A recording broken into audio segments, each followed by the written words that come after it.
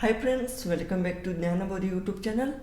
ಇವತ್ತಿನ ಈ ಒಂದು ಸೆಷನಲ್ಲಿ ವಿಲೇಜ್ ಅಡ್ಮಿನಿಸ್ಟ್ರೇಟಿವ್ ಆಫೀಸರ್ ಅಂದರೆ ಗ್ರಾಮ ಆಡಳಿತ ಅಧಿಕಾರಿ ಅಥವಾ ಗ್ರಾಮ ಲೆಕ್ಕಾಧಿಕಾರಿ ಮತ್ತೊಂದು ಹುದ್ದೆಯಾದ PDO ಪಂಚಾಯತ್ ಡೆವಲಪ್ಮೆಂಟ್ ಆಫೀಸರ್. ಈ ಒಂದು ಹುದ್ದೆಗಳ ಸ್ಪರ್ಧಾತ್ಮಕ ಪರೀಕ್ಷೆಯು ನಿಗದಿತ ದಿನಾಂಕದಂದು ನಡೀತದೋ ಅಥವಾ ಇಲ್ವೋ, ಇದು ಕೆಲವೊಂದು ಅಭ್ಯರ್ಥಿಗಳ ಅಂದರೆ ಮ್ಯಾಕ್ಸಿಮಮ್ ಎಲ್ಲ ಅಭ್ಯರ್ಥಿಗಳ ಒಂದು ಕ್ವಶನ್ ಆಗಿ ಬಂದಿದೆ. ಸೊ ತುಂಬ ಒಂದು ಅಭ್ಯರ್ಥಿಗಳು ಕಾಮೆಂಟ್ ಮಾಡ್ತಾಯಿದ್ರು, ಈ ಒಂದು ವಿಲೇಜ್ ಅಕೌಂಟೆಂಟ್ ಮತ್ತು ಈ ಒಂದು PDO ಇವು ಎಕ್ಸಾಮ್ಗಳು ಪೋಸ್ಟ್ಪೋನ್ ಆಗ್ತಾವೋ ಅಥವಾ ಆ ಒಂದು ಸೇಮ್ ಡೇಟ್ದಂದು ನಡೀತವೆ. ಯಾಕೆಂದರೆ ಇದು ಮೇನ್ ಇಶ್ಯೂ ಆಗೋದು ಯಾಕೆ ಅಂದರೆ ಮೊನ್ನೆ ತಾನೇ ಈ ಗ್ರೂಪ್ ಬಿ ಎಕ್ಸಾಮ್ ಕ್ಯಾನ್ಸಲ್ ಆಗಿದೆ. ದಿನಾಂಕ 14 ಮತ್ತು 15ರಂದು ನಡೆಯಬೇಕಿದ್ದ ವಿವಿಧ ಹುದ್ದೆಗಳ ಒಂದು ಗ್ರೂಪ್ ಬಿ ಎಕ್ಸಾಮ್ ಕ್ಯಾನ್ಸಲ್ ಆಗಿದೆ. ಯಾಕೆ? Age relaxation. ಓಕೆ, ಸೊ ಈ ಒಂದು ಏಜ್ ರಿಲ್ಯಾಕ್ಸೇಷನ್ ಕಾರಣಕ್ಕೆ ಈ VAO ಮತ್ತು PDO ಇದಕ್ಕೂ ಏಜ್ ರಿಲ್ಯಾಕ್ಸೇಷನ್ ಕೊಡುತ್ತಾರಾ ಅಥವಾ ಇದಕ್ಕೆ ಅಪ್ಲೈ ಆದರೆ ಎಕ್ಸಾಮ್ ಮುಂದೆ ಹೋಗುತ್ತಾ ಅಥವಾ ಹೋದ್ರೇನು ಎಷ್ಟು ದಿನ ಆಗುತ್ತಾ, ಇನ್ನೂ ಎಷ್ಟು ಮಂತ್ ಎಕ್ಸಾಮನ್ನು ಮುಂದೆ ಹಾಕ್ತಾರೆ ಅಂತ ತುಂಬ ಅಭ್ಯರ್ಥಿಗಳ ಒಂದು ಕ್ವಶನ್ ಆಗಿತ್ತು. ಸೊ ಈ ಒಂದು ಎಲ್ಲ ಕ್ವಶನ್ಗಳಿಗೆ ನಾನಿಲ್ಲಿ ಆನ್ಸರ್ ಕೊಡ್ತಾ ಹೋಗ್ತೀನಿ. ಸೊ ಫ್ರೆಂಡ್ಸ್, ಈಗಾಗಲೇ ಒಂದು ಸರ್ಕಾರದ ಆದೇಶದ ಪ್ರಕಾರ ಗ್ರೂಪ್ ಬಿ ಮತ್ತು ಗ್ರೂಪ್ ಸಿ, ಬಿ ಮತ್ತು ಸಿ ಎರಡು ಈ ಒಂದು ಹುದ್ದೆಗಳಿಗೆ ಒಂದು ಬಾರಿಗೆ 3 ವರ್ಷಗಳ ಒಂದು ಏಜ್ ರಿಲ್ಯಾಕ್ಸೇಷನ್ ಅಂದರೆ ವಯೋಮಿತಿ ಸಡಿಲಿಕೆಯನ್ನು ಮಾಡಿ ಒಂದು ಆದೇಶವನ್ನು ಪ್ರಕಟ ಮಾಡಿರ್ತಾರೆ. ಓಕೆ, ಸೊ ಈ ಆದೇಶದಲ್ಲಿ ಏನು ಹೇಳಿದಾರಪ್ಪ ಅಂದರೆ ಈಗಾಗಲೇ ಏನು ಒಂದು ನೋಟಿಫಿಕೇಷನ್ ಅಥವಾ ಅಧಿಸೂಚನೆಯನ್ನು ಹೊರಡಿಸಿದ್ದಾರೆ ಮತ್ತು ಮುಂದಿನ ಒಂದು ವರ್ಷದ ಅವಧಿಯಲ್ಲಿ ಈ ಒಂದು ರಿಕ್ರೂಟ್ಮೆಂಟ್ ಏನು ಒಂದು ಅಧಿಸೂಚನೆಯನ್ನು ಪ್ರಕಟ ಮಾಡ್ತಾರೆ, ಆ ಒಂದು ಹುದ್ದೆಗಳಿಗೆ ವಯೋಮಿತಿ ಸಡಿಲಿಕೆ ಈ ಒಂದು ಏಜ್ ರಿಲ್ಯಾಕ್ಸೇಷನ್ ಅನ್ವಯವಾಗ್ತದಂತ ಅಲ್ಲಿ ತಿಳಿಸಲಾಗಿದೆ. ಸೊ ಇದರ ಪ್ರಕಾರ ಏನಾಗ್ತದೆ, ಈ ವಿಲೇಜ್ ಅಡ್ಮಿನಿಸ್ಟ್ರೇಟಿವ್ ಆಫೀಸರ್ ಮತ್ತು ಪಂಚಾಯತ್ ಡೆವಲಪ್ಮೆಂಟ್ ಆಫೀಸರ್ ಇವೆರಡು ಏನದವ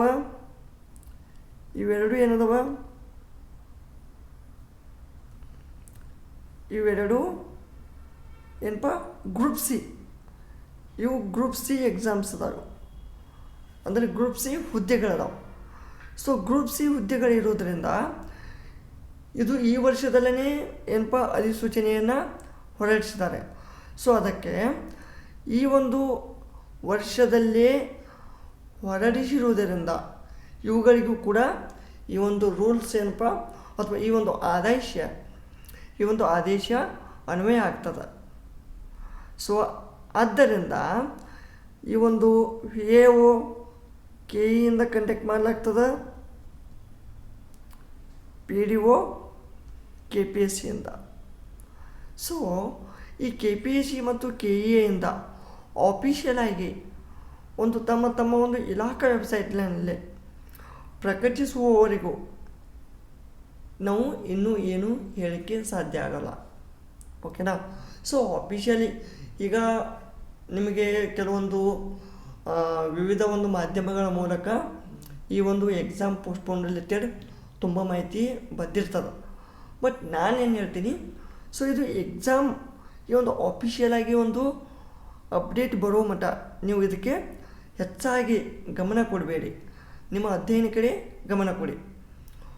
ಈಗ ಪೋಸ್ಟ್ಪೋನ್ ಆದ್ರೂ ಅದು ಕೆಲವೊಂದು ಅಭ್ಯರ್ಥಿಗಳಿಗೆ ಯೂಸ್ಫುಲ್ ಆಗ್ತದೆ. ಇನ್ನು ಕೆಲವೊಂದು ಅಭ್ಯರ್ಥಿಗಳು ಸ್ಟಡಿ ಮಾಡಿರ್ತಾರೆ, ಸೊ ಅವರಿಗೆ ಎಕ್ಸಾಮ್ ಮುಗಿಬೇಕಂತ ಇರುತ್ತೆ. ಆದರೆ ಕೆಲವೊಂದು ಏಜ್ ಮೀರಿ ವಯೋಮಿತಿ ಮೀರಿ ಏನು ಒಂದು ಈ ಒಂದು ಎಕ್ಸಾಮ್ ಅಪ್ಲೈ ಮಾಡಲಿಕ್ಕೆ ಒಂದು ಚಾನ್ಸ್ ಮಿಸ್ ಮಾಡ್ಕೊಂಡಿರ್ತಾರಲ್ಲ, ಆ ಒಂದು ಅಭ್ಯರ್ಥಿಗಳಿಗೆ ಇದೊಂದು ಸುವರ್ಣ ಅವಕಾಶ ಅಂತ ಹೇಳ್ಬೋದು. ಬಟ್ ಇದರಲ್ಲಿ ನಾನು ಹೇಳೋದೇನು ಯಾರಿಗೂ ಒಂದು ನೋವನ್ನುಂಟು ಮಾಡಲಿಕ್ಕೆ ಆಗಲಿ ಅಥವಾ ಯಾರಿಗೂ ಒಂದು ಸಂತೋಷಪಡಿಸಲಿಕ್ಕೆ ನಾನು ಇದು ಹೇಳ್ತಾ ಇಲ್ಲ. ಜಸ್ಟ್ ಈ ಒಂದು ಕ್ವಶನ್ಗೆ ಆನ್ಸರ್ ಕೊಡಲಿಕ್ಕೆ ಟ್ರೈ ಮಾಡ್ತಾಯಿದ್ದೀನಿ. ಓಕೆನಾ, ಇದೊಂದು ಪಾಯಿಂಟ್ ಆಯಿತು. ಆಮೇಲೆ ಒಂದು ವೇಳೆ ಅರ್ಜಿ ಸಲ್ಲಿಸಲು ಅವಕಾಶ ಮಾಡಿಕೊಟ್ರೆ ಮಿನಿಮಮ್ ಎಷ್ಟು, ಈಗಾಗಲೇ ಹಿಂದಿನ ಒಂದು ವಿಡಿಯೋದಲ್ಲಿ ಹೇಳಿದ್ದೀನಿ, ಮಿನಿಮಮ್ 15 ಡೇಸ್ ಆದರೂ ಕೊಡ್ತಾರೆ. 10 to 15 ಡೇಸ್ 10 to 15 ಡೇಸ್ ಕೊಟ್ಟರೆ ಆ ಒಂದು 10 to 15 ಡೇಸ್ ಕೊಟ್ಟ ಮೇಲೆ ಆ ಒಂದು ಇಮಿಡಿಯೇಟಾಗಿ ಒಂದು ಎಕ್ಸಾಮ್ ಡೇಟನ್ನು ಇಡಲಿಕ್ಕೆ ಬರುವುದಿಲ್ಲ. ಯಾಕೆಂದರೆ ಆ ಒಂದು ಹೊಸದಾಗಿ ಏನು ಅರ್ಜಿ ಸಲ್ಲಿಸಿರ್ತಾರಲ್ಲ ಆ ಒಂದು ಅಭ್ಯರ್ಥಿಗಳು ಜಸ್ಟ್ ಇವತ್ತೇ ಒಂದು ಎಕ್ಸಾಮ್ ಸಲ್ಲಿಸಿದ ಮೇಲೆ ನೆಕ್ಸ್ಟ್ ಒಂದು 5 to 8 ಡೇಸಲ್ಲಿ ಎಕ್ಸಾಮ್ ಇಟ್ಟರೆ ಅವರು ಎಕ್ಸಾಮ್ ಹೇಗೆ ಬರೀಬೇಕು? ಓಕೆನಾ, ಇದು ಒಂದು ಪ್ರಶ್ನೆ. ಸೊ ಅಟ್ಲೀಸ್ಟ್ ಅರ್ಜಿ ಸಲ್ಲಿಸಲು ಅನುಮತಿ ನೀಡಿದರೆ ಹೊಸದಾಗಿ ಅರ್ಜಿ ಸಲ್ಲಿಸಿದವರಿಗೆ, ಅಂದರೆ ಹೊಸದಾಗಿ ಯಾರು ಅಪ್ಲೈ ಮಾಡ್ತಿರಲ್ಲ ಅವರಿಗೆ minimum 1 to 2 month 1 to 2 month 1 ರಿಂದ 2 ತಿಂಗಳಾದ್ರೂ ಅವರಿಗೆ ಒಂದು ಸ್ಟಡಿ ಸಂಬಂಧ ಒಂದು ಟೈಮನ್ನು ನೀಡಬೇಕಾಗ್ತದೆ. ಓಕೆ, ಸೊ ಒಂದು ವೇಳೆ ಈ ಒಂದು ಅರ್ಜಿಗಳನ್ನು ಈ ಒಂದು ಫಾರ್ಮನ್ನು ಫಿಲಪ್ ಮಾಡಲಿಕ್ಕೆ ಟೈಮ್ ಕೊಟ್ರಂದ್ರೆ ಒಂದು ಮಿನಿಮಮ್ 1 to 2 ಮಂತ್ ಏನು ಎಕ್ಸಾಮ ಮುಂದೂಡುವ ಒಂದು ಸಾಧ್ಯತೆ ಇದೆ. ಓಕೆನಾ, ಸೊ ಮತ್ತು ಇನ್ನೊಂದು ವಿಷಯ ಏನಪ್ಪ ಅಂದರೆ ಇಲ್ಲಿ ಹೊಸದಾಗಿ ಅರ್ಜಿ ಸಲ್ಲಿಸಲು ಯಾರಿಗ್ಯಾರಿಗೆ ಅವಕಾಶ ಕೊಡ್ತಾರೆ. ಈಗ ಅರ್ಜಿ ಸಲ್ಲಿಸಲು ಕೆಲವೊಂದು ವಯೋಮಿತಿ ಮೀರಿದವರಿಗೆ ಮಾತ್ರ ನೀಡ್ತಾರ, ಅಥವಾ ಈಗ ಇತ್ತೀಚೆಗೆ ಕೆಲವೊಂದಕ್ಕೆ ಮ್ಯಾಕ್ಸಿಮಮ್ ತುಂಬ ಅಭ್ಯರ್ಥಿಗಳು ಒಂದು ಡಿಗ್ರಿ ಕಂಪ್ಲೀಟ್ ಮಾಡಿದ್ದಾರೆ ಅವರಿಗೆ ಅನ್ವಯ ಆಗುತ್ತಾ ಅಂತ. ಇದಕ್ಕೆಲ್ಲ ಈಗ ಇನ್ನು KEA ಮತ್ತು KPSCಯಿಂದನೇ ಆಫೀಷಿಯಲಾಗಿ ಅಪ್ಡೇಟ್ ಸಿಗಬೇಕು ನಮಗೆ. ಈಗ KEA ಮತ್ತು KPSCಗಳು ಈ ಒಂದು ಎಕ್ಸಾಮನ್ನು ನಡೆಸುವ ಒಂದು ನೇಮಕಾತಿ ಪ್ರಾಧಿಕಾರಿಗಳು. ಓಕೆ, ಈ ಒಂದು ಅಥಾರಿಟಿಗಳು. ಓಕೆ, ಸೊ ಅವ್ರಿಗೇನು ಜಸ್ಟ್ ಒಂದು ನೋಟಿಫಿಕೇಷನ್ ಅಥವಾ ಒಂದು ಅಧಿಸೂಚನೆಯನ್ನು ಹೊರಡಿಸಿ ಚೆನ್ನಾಗಿ ಪರೀಕ್ಷೆ ನಡೆಸಿ ಆಮೇಲೆ ರಿಸಲ್ಟನ್ನು ಪ್ರಕಟಿಸಿ ಆಯ್ಕೆ ಪಟ್ಟಿಯನ್ನು ಸಂಬಂಧಪಟ್ಟ ಒಂದು ಡಿಪಾರ್ಟ್ಮೆಂಟ್ಗಳಿಗೆ ಅವ್ರು ಸೆಂಡ್ ಮಾಡಿದ್ರೆ ಮುಗೀತು, ಅವ್ರ ಕೆಲಸ ಮುಗೀತು. ಅವ್ರಿಗೇನು ಜಸ್ಟ್ ಆದಷ್ಟು ಎಲ್ಲ ಒಂದು ಅಧಿಸೂಚನೆ ಅಥವಾ ನೋಟಿಫಿಕೇಷನ್ಗಳ ಒಂದು ಪರೀಕ್ಷೆ ನಡೆಸಬೇಕಂತ ಅವ್ರದ್ದೊಂದು ಕೆಲಸ ಆಗಿರ್ತದೆ.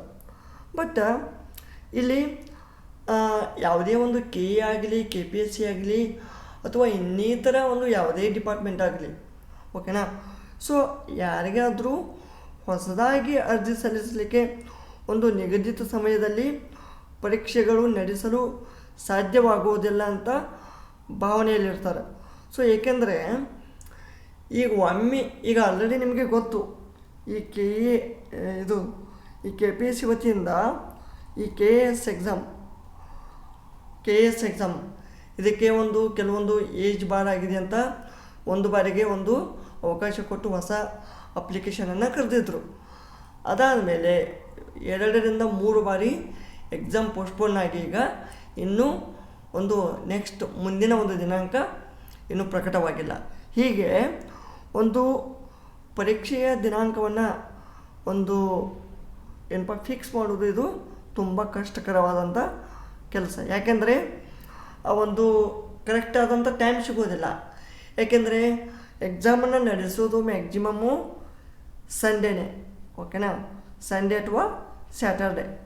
ಈ ಸ್ಯಾಟರ್ಡೆ ಮತ್ತು ಸಂಡೇ ಟೈಮಲ್ಲಿ ನಡೆಸಿದ್ರೆ ಈಗ already staff selection, IBPS, UPSC ಇನ್ನಿತರ ಒಂದು ಪೊಲೀಸ್ ಎಕ್ಸಾಮ್ಸ್ ಈ ಒಂದು ಎಲ್ಲ ಎಕ್ಸಾಮ್ಸ್ಗಳು ಆಲ್ರೆಡಿ ಏನಪ್ಪ ಇಲ್ಲಿ ಫಿಕ್ಸ್ ಮಾಡಿರ್ತಾರೆ, ಅವ್ರ ಸ್ಲಾಟ್ಗಳನ್ನು ಫಿಕ್ಸ್ ಮಾಡಿರ್ತಾರೆ.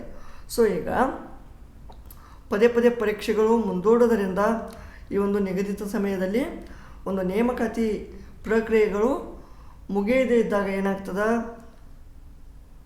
ಒಂದು ಎಲ್ಲ ಒಂದು ಅಥಾರಿಟಿಗೂ ಪ್ರಾಬ್ಲಮ್ ಆಗುತ್ತೆ, ಒಂದು ಅಭ್ಯರ್ಥಿಗಳು ಪ್ರಾಬ್ಲಮ್ ಆಗುತ್ತೆ. ಯಾಕೆಂದರೆ ಒಂದು ನೇಮಕಾತಿ ಪ್ರಕ್ರಿಯೆ ಒಂದು ನಿಗದಿತ ಸಮಯದಲ್ಲಿ ಮುಗಿದ್ರೆ ಅಭ್ಯರ್ಥಿಗೂ ಒಳ್ಳೆಯದು ಮತ್ತು ಇಲ್ಲಿ ಅಥಾರಿಟಿಗೂ ಒಳ್ಳೆಯದು.